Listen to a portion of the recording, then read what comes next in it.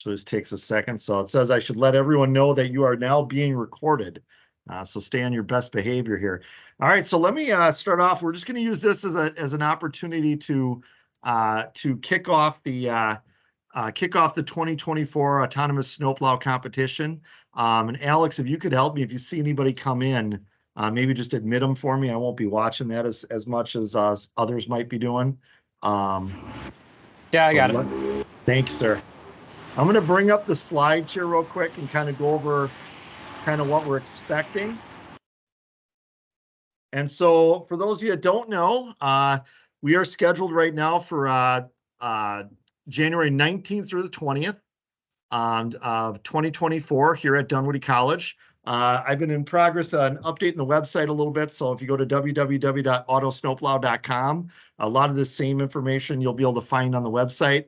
I will also email out as part of my, I've been trying to email out a weekly message at least once a week, usually on Mondays, sometimes other days, but I'll send out the link to this video as well as soon as I get it recorded and download the file. So if somebody, especially from Ottawa or some of our Canadian friends, they couldn't make it today, we'll at least have this available to them. So far, these are the competitors that I know of. And if you're on the line right now, I just want to make sure that I have some of these schools represented. Case Western Reserve, is there somebody from Case Western on the line? I'm here as always.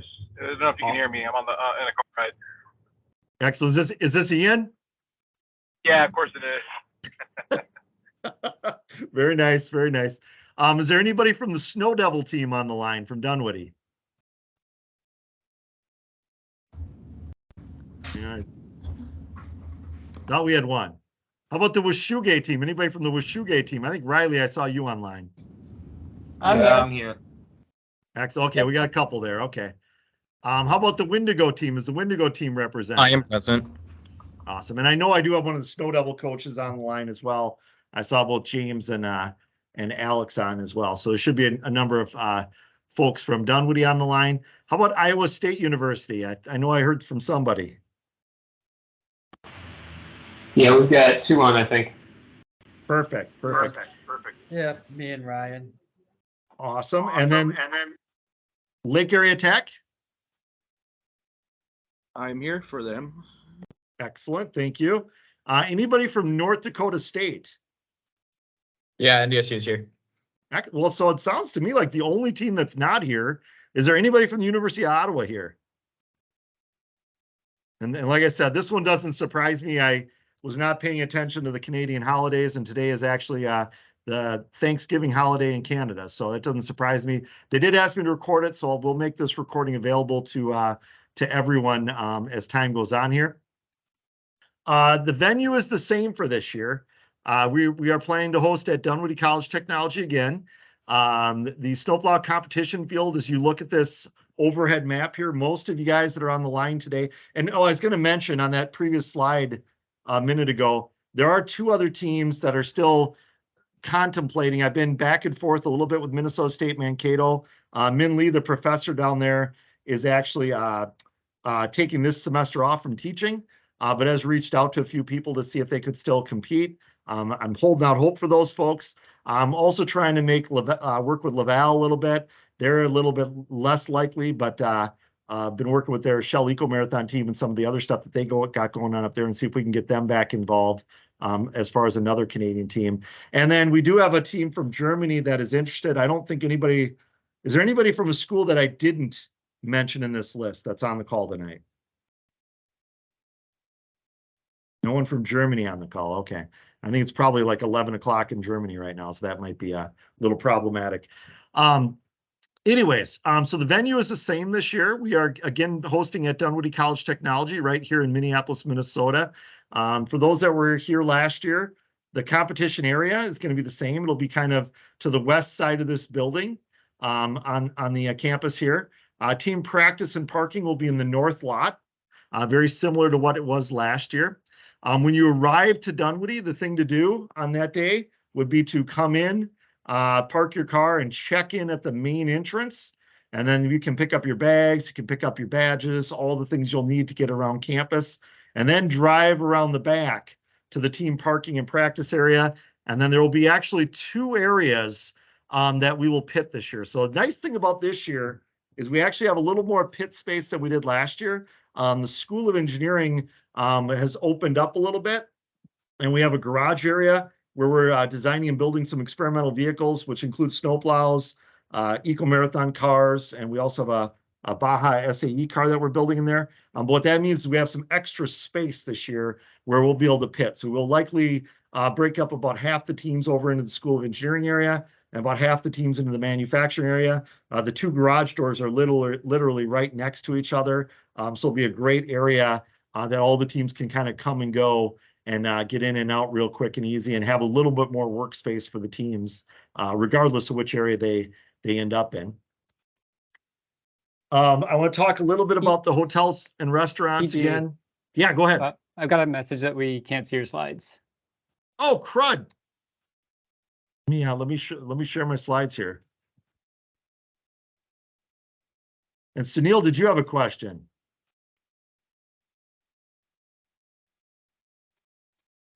Or was he the message?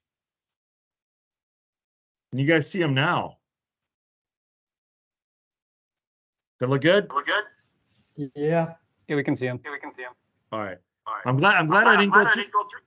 Glad I didn't go through the whole presentation there before somebody let me know there. So that was good.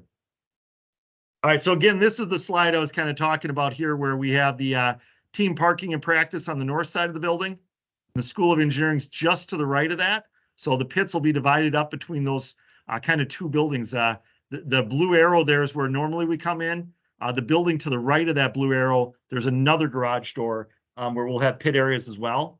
And then the competition area on the west side of the main building here is where the snow fields will be again this year. And then the check-in area right at the main entrance, kind of right near where that main competition area is. So a big thing on that 19th or 18th, whenever you happen to, I guess most people coming in on the 19th and check in, you'll want to come into that check-in area to get checked in, pick up your bags, and all the things that you need for the competition. All right, now I want to go over those hotels. I went online again this year and kind of looked at hotels because I know many of you guys are coming in from out of town for this event. The St. Louis Park area is the most convenient area. It is just about 3 miles to the west of Dunwoody, straight down 394. The nice thing about that St. Louis Park area is there's lots of fast food and other restaurants there. So there's nice restaurants. There's restaurants at all levels in that St. Louis Park area. There's a movie theater over there, all kinds of stuff to do over there. And the hotel prices are pretty reasonable. You can definitely spend more than $150 a night, but there's a Park Place Hotel and some other hotels, a Holiday Inn Express and a few others, that if you just go to St. Louis Park, Minnesota, right along 394, you'll see a lot of the hotels in there in that $100 to $150 range. Obviously you can get them, $200 a night plus, but they are reasonable. If you're looking for something even more reasonable on pricing, the Brooklyn Center area is a little bit further away. It's about 10 miles north of Dunwoody. It's still a straight shot down Interstate 94. But now you can get some hotel pricing that's a little bit less expensive. You can get right around that $100 range. I found something as inexpensive as $80 a night.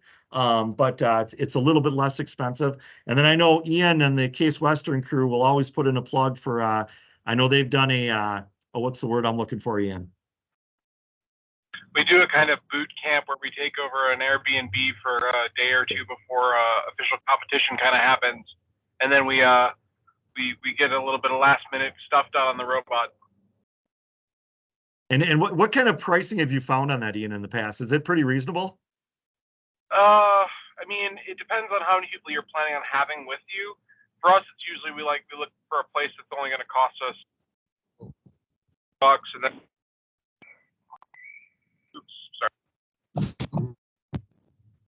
take a spot and then kind of get a handful of people. So basically it's sort of, it makes more sense for having more people, but if you only have a small team, it's a little bit harder to sell. Yeah. And the other thing too, with the kitchen and stuff, you guys can cook some of your own food and stuff and save some money on the food side that maybe otherwise you'd have been spending at a restaurant or something. Yeah, in some cases we've basically just kind of done all the prep work on that beforehand, and then basically been like, all right, we'll just pull the meal out of the fridge and ready to go. Oh, that's awesome. Usually a little bit of time and a little bit of budget for a good post competition meal, but you know that's just how a competition goes. Excellent. Well, and so I'd encourage all the teams too, if you're coming in from out of town, take Ian's advice there, at least look into that. You know, if you have a little bit bigger team, that might make a lot of sense. If you got a smaller team or you know, you don't want to go through that route, there are hotels in both of these areas and they're very, very economical. Like I said, you can spend a ton of money in a hotel, but I was kind of looking for stuff where you could get in, you know, at least under $200 a night. And that St. Louis Park area and the Brooklyn Center area specifically is even cheaper yet. So some good deals up there. I throw in one more thing about like getting an Airbnb, which is that if you have a means or a comfortable means of moving a robot, that frequently they'll have, you know, your own kind of little garage or driveway space, which is a decent place to practice or play with stuff, even if you don't want to like necessarily hang out at Dunwoody after hours. I mean, obviously they've got a much better tool crib than you're going to bring along with you, but you know, if you need to get that extra 2 hours of practice at midnight, don't do that. But if you need to do that, sometimes it's nice to have that as well. Yeah, probably a little more difficult to do in the parking lot at the Holiday Inn than it is to have your own garage. So very, very good. Yeah, I'm always impressed when we hear that story about the Airbnb. I think it's a great way to go on stuff like this. And Ian kind of led right into this. The team pit areas, I do want to remind everybody that you do have access to our tool crib. Our tool crib will be open that entire time. All you have to do is fill out a little ticket, and that little ticket, you can get any tool you need. So obviously bring tools with you. You know, it's going to be a little bit more, it's going to be a little more difficult if you have to go up to the tool crib every time you need a screwdriver or a wrench. But that being said, don't feel like you got to bring everything with you. If you get to the competition, you're like, oh crud, we don't have a pump to pump up a tire. We have that here. Or if we don't have you know, I can't even think of what it might be. We need to drill some holes and we didn't bring our cordless drill. You know, we forgot the battery or whatever. You can check that out from the tool crib and get it. In addition to that, our machine shop will be open as well. We do have instructors that'll be around. And if you need something machined, and we do actually have a machinist on our Dunwoody team this year.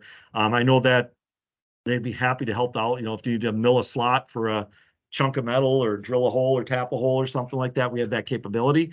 The one thing that's kind of nice this year is we do have a small welding cell available in the School of Engineering, which is hooked right to this building.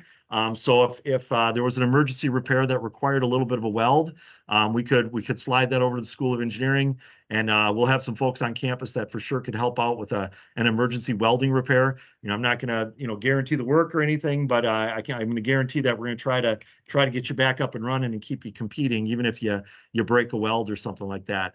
For most of you that don't know, the machine shop is straight down the hall from restrooms. The food will be down in the, we changed the name of the McNamara Center. It's now called the McMillan Center. A different donor now that's taken over that naming right. And just a nice new space that where you'll be able to eat or take a break or whatever it might be. So just good stuff there. And then one of the neat things this year too is, I'll actually show you on the next slide. This picture here on the right is an old picture of Dunwoody. And what's neat this year is when you come in this year, you'll notice where there were windows there back when the building was originally built. You'll see kind of the facade, and then you'll see the lighter colored bricks, and you'll see some of those louvered panels. All of those are windows now. So that whole wall is a huge wall of glass right now, which means that if you need a warm place to sit, but you want to still watch the competition, there's a ton of really, really good seating in the warm building this year with brand new windows along that whole side of the building. I don't think I have a picture handy, but it's an amazing thing to see all these new windows. So you'll see it when you show up to campus. This whole side of the building is full of windows now. So it's not just our judges that can look out and see the competition. You could be almost in any room on that west side of the building and have a huge vantage of the competition field. So I'm really excited for what that's going to entail for teams as they're sitting inside, staying warm, and maybe trying to not miss a little bit of the competition while it's going on. So important dates here. October 9th, which is today, that's our kickoff meeting for the Autonomous Snowplow Competition. I don't know if Sunil, did we ever get any audio from you? I think we might still be missing audio there.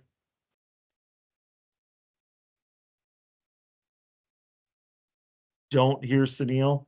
I know we had a little bit of an audio difficulty, so I'll just kind of keep running with this. We will have more information on the PDR presentations. I got to work with Sunil a little bit to knock those dates down, but I can tell you that they likely won't be in the next 2 weeks here. I can give you that much. You would likely start to see those PDR presentations here sometime in November, early December. I could see us doing the PDR presentations. For those of you that don't know the PDR presentations, maybe you're new to your teams, PDR is going to be a preliminary design review, and Sunil and the committee will send out a template of the things that they want you to address in those preliminary design review presentations. And then your goal will be to present that to that committee, and that will be a portion of your scoring for the competition. Just so you remember, Dunwoody officially, I'm a Dunwoody employee. Dunwoody is the host of the competition, so I will help get you guys a place to work. I'll help get the venue set up, take care of the food, the swag bags, all that type of stuff. I'll work with our sponsors to sponsor the event. But when it comes time for the actual the safety inspections, the PDR presentations, and the scoring of the actual dynamic plowing event, all of that will be done by Sunil's crew. So that's going to be done by the folks from Astor Labs, Northrop Grumman, Honeywell, all the folks that he's got involved over the years that will be doing the actual judging of the competition. So that's Dunwoody's not part of that. That's actually done by members from local industry and members of the Institute of Navigation as well. So kind of just a good tentative schedule for the competition here. If you're arriving from out of town, especially if you have a much longer distance to travel, I would recommend arriving no later than January 18th. That is the Thursday. I do know that the South Dakota team from Lake Area Tech, they traditionally have left really early on Saturday morning, and that works out for them because they don't have a huge drive. It's a big drive, but it's not a monster drive, and they can still get here before noon on Saturday. So they usually leave on Friday. They usually leave that Friday morning and get here long before noon. One of the reasons why you want to get here early is on January 19th, which is the Friday. That is the date of the final qualification review. So these are the safety inspections that you have to be able to pass in order to compete on Saturday. So if your vehicle does not pass those safety inspections, it will not be allowed on the field. So that's a very, very important aspect of the competition. So if you arrive at 3 o'clock on Friday and you don't pass that safety inspection, now you've only got an hour to try to figure out to make the repairs and get through that safety inspection. So my recommendation is trying to get here early on that Friday morning, for sure before noon. But if you can be in that FQR line right away at 8 a.m., you can get through that safety inspection, be done with it. Then you can have the rest of the day for practice, staying warm, preparing for poster presentation, whatever else you want to do that day. Or if you get through that safety inspection and there's one thing that's wrong, you now have the bulk of that day to make repairs and come back and get those re-inspected before that 4 o'clock deadline on that Friday. And the reason why there is a 4 o'clock deadline is that night, Friday the 19th, from about 6 to 9 p.m., we will have a reception for everybody here at Dunwoody. This will be in our new McMillan Center. We will ask you guys to bring posters, put those posters on display, and judges from Sunil's crew, from the committee, will be walking around talking to the teams. That will also be another component of the overall scoring for the Autonomous Snowplow Competition. Then the morning, I got some dates wrong here. Hold on a second. I got to fix something here. I'm going to fix it live while we're going here. Take a peek here. Yeah, these should all be the 20th here, I believe. Just going to look ahead at my dates here real quick, just to make sure I got everything right. EJ, is my mic working at all? Oh, I can hear you now, Sunil. Go ahead. Okay, great. While you do edits, I can just say hi to everybody. Sorry had a problem with my headset here. So welcome everybody to the event. Thanks, EJ Alex for hosting once again this year, done what he's done a great job for the event over the years. Some of you that are familiar, we used to have it at a different venue here in St. Paul, Minnesota, but done what has a great ability to support the vehicles and their development. One of the nicest thing is what EJ said earlier, the pit area is fantastic for teams having a warm area as well as facilities that we didn't have at the previous venue. Just to follow one or two items that EJ had mentioned, it is very important to get through FQR. That's probably our most important part for the teams to be able to run in a safe manner at the event because there's public and as well as all the volunteers. We want to make sure the vehicles are safe. That said, Richard and our team, Richard Kaler, who many of you know, are revising that requirements slightly this year. And we'll be getting a new update out to the teams before you arrive. But long before then, we'll be able to tell you what's different and what's going to be required to go through. Otherwise than that, I'm looking forward to this event. I'm so glad that so many teams have joined this year. So go ahead, EJ. Sunil, thank you a lot there. Yeah, I apologize for the typo there. The bulk of the event is the 19th and the 20th there. So Friday the 19th, that's your FQR inspections from 8 a.m. to 4 p.m. Our reception and posters that evening from 6 p.m. to 9 p.m. And then the competition will go right away in the morning on the 20th. Sunil will get us more information on that as well, but typically there's going to be a drawing. I don't remember what we did last year. Did we draw it the night before, Sunil? Yeah, actually, I think we gave everybody the opportunity to know where they are the evening before. Yeah. We tend to do it randomly, but it's basically drawn out of the chips for the teams are drawn out of a bag. But I think this year will probably follow as we did last year to give everybody a little bit more time. What we tend to do is reverse the order in past years, but I think last year what we did is started doing real-time scoring, so we had the opportunity for the teams with the different scores would be going in order to determine their competition slot for the afternoon, because there is a morning run and then an afternoon run. And I'll remind all the teams, I'm not involved in scoring, but what I will be heavily involved in is if there isn't a team ready to go, I'm going to ask that next team up to step up and go. And just know that that's a big advantage. What we want here's what we want more than anything. It's not about who wins the competition. It's that every team that makes the trip has an opportunity to compete. So if for whatever reason, if I come through the pits and I say, hey, Lake Area Tech, you're up next, and all of a sudden, you have a flat tire or something like that, let me know. And what I will do is I will find somebody to go up next, and we can shift you back one. We might even be able to shift you back a couple spots. We'll try to maintain that order as best we can. We want to maintain that order, so please try to be ready. When your spot's coming up, we'll have a whiteboard in there that you'll be able to see what the order is. But I also know that stuff happens, and when it does, we're going to make sure that we manipulate the schedule a little bit so everybody does get a chance to compete. And I'm not sure, Sunil, as far as the competition goes. Last year, we made 2 runs and we took the best of the 2 runs. Kind of the same plan for this year.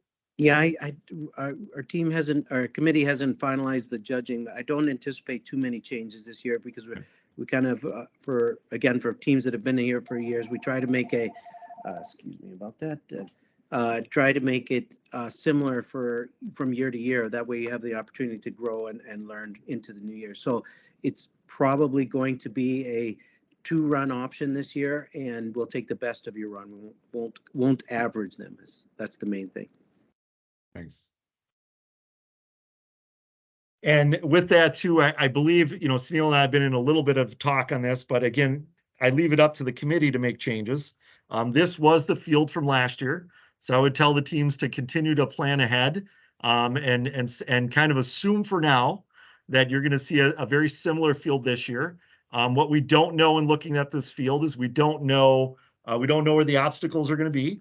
There will likely be an obstacle in the snowpath somewhere, and there will likely be an obstacle alongside or outside the snowpath somewhere, which has been kind of the case for as many years as this has been going on. That's been kind of the goal, is to get a couple obstacles in your way. And you can kind of see the dimensions of the snowfield here too, with the vehicle starting area. the garage off to the right there. So that's where your vehicle will have to start. Sunil, I don't know if you want to talk about this one a little bit. We don't have any set plans to make any changes. So what I want to say today is still plan for your development and the competition based on what you're seeing here. And as EJ was mentioning, we made it a little more complicated over past years by having you exit a garage area where you start your vehicle and have essentially a simulated driveway right in front of the garage, and then a sidewalk or a longer area that you have to plow. I'll tell you some of the ideas that the committee is currently talking over email about that has nothing been decided. So I don't want to release anything for you to understand that it's going to change, is possibly extending the maneuvering zone, because that's an area that's hard for teams to turn around in and focus more on that area, as well as some of the boundaries and the overall scoring of how we're going to do it. If anybody's had the opportunity to read the existing rule book, it seems that it's a very complicated scoring. It's not really meant to be that way, but it has grown over the years. So we might try to simplify that slightly and make it more about the snow plowed and the time achieved in that plowing. So again, I don't want to make any decisions today because the committee has to meet and resolve those. But those are some working ideas that we have today. Awesome. Thank you, Sunil.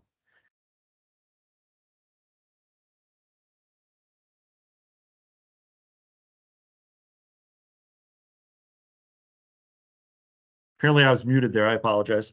I know Sunil mentioned there you could expect some changes to the final qualification review as well. I know they're going to continue to work on this as well, but this is, I think, a good starting point again. At a minimum, you're going to need to meet these requirements. Is that a good way to put it, Sunil? Yeah, that's correct. We're not going to change anything specifically about the size or the operation of the vehicle. It's mainly just to actually simplify some of the safety testing and address some of the issues that we've had over the years. And namely, the grounding strap is one thing that we keep wanting to make sure we're doing the right operation there. But generally, it will stay the same. So if you've got this information from past years, or your team has been, or your vehicle for your team has been built towards these specs and safety requirements, you can continue to use this. We won't make any major changes that would have to change anything in terms of development of your vehicle. I think, correct me if you think I'm wrong, Sunil, but I think that if we do make changes to these requirements, we're going to make it easier. So if you build to these exact requirements, yes, you won't get disqualified, but there may be things that we may relax some of the requirements. That's correct. And thanks. This is Richard Kaler, who's been the long-term safety manager on the Friday FQR. So he generally has the ultimate say in how we're going to do this. So I think his point is well taken, that we want to make sure that teams compete. That said, I don't think we've ever had a team that was unable to compete due to the requirements. It's mainly due to something specific, like a board is not working or their software wasn't functioning properly. So it's more vehicle related. Yeah, and there have been some teams that have had to make adjustments. Like we've had teams that have had problems with their ESOP buttons and things like that. But no one's ever been disqualified. We've asked teams to make repairs, but never disqualified anyone. Yeah, thank you, Richard. Alex, did you have a question or a comment?